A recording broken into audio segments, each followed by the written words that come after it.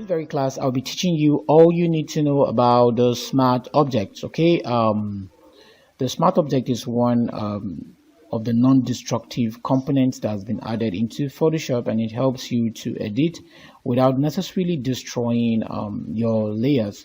Okay, so let's say, for example, this is an image and it's carrying a raster file right here. Okay, this is a JPEG image, and we intend to scale it. So let's just duplicate so we can maintain the very first one, and then we name this raster.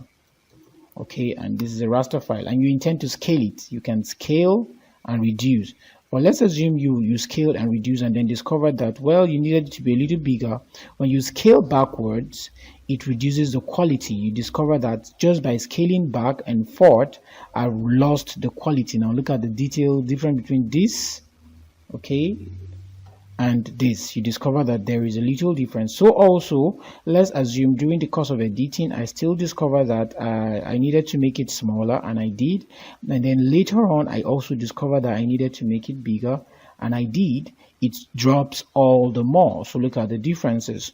Okay, so in order to preserve the quality of your images while editing, you will need to convert them to a smart object so you can actually maintain the details. For example, let's convert this to smart object, and then so let's duplicate first. When we duplicate, and we name this to smart object.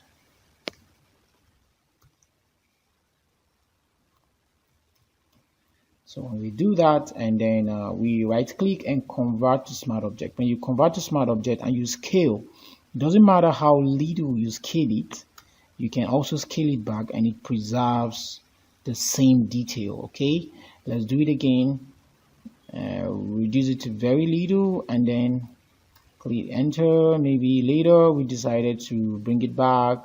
You discover the details remain the same. Now another thing you can also achieve with the smart object is, for example, you can decide to edit the image independently.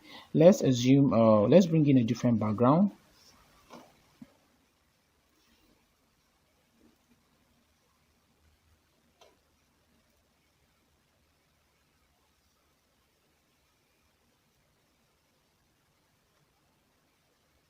Let's bring this in and drop it on this very image. When you drop it right here, automatically it converts it to a smart object. You can only change it to a raster by converting by rasterizing. Okay, you can actually rasterize. If you rasterize, it changes it back to a raster, but that's not what we need. We need it to be a smart object.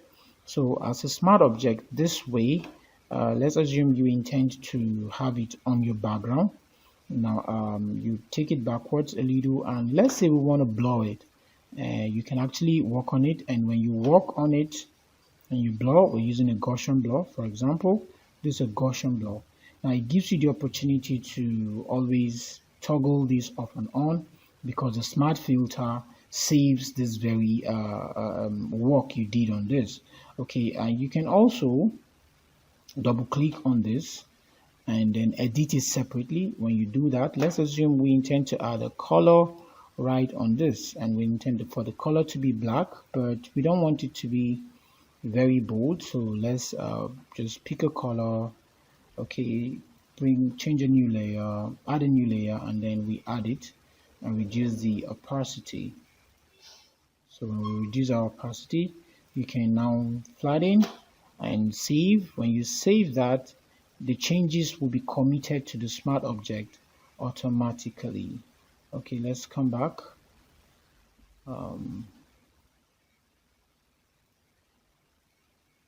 Okay, good. So you see the changes are already there. That very work we did is there.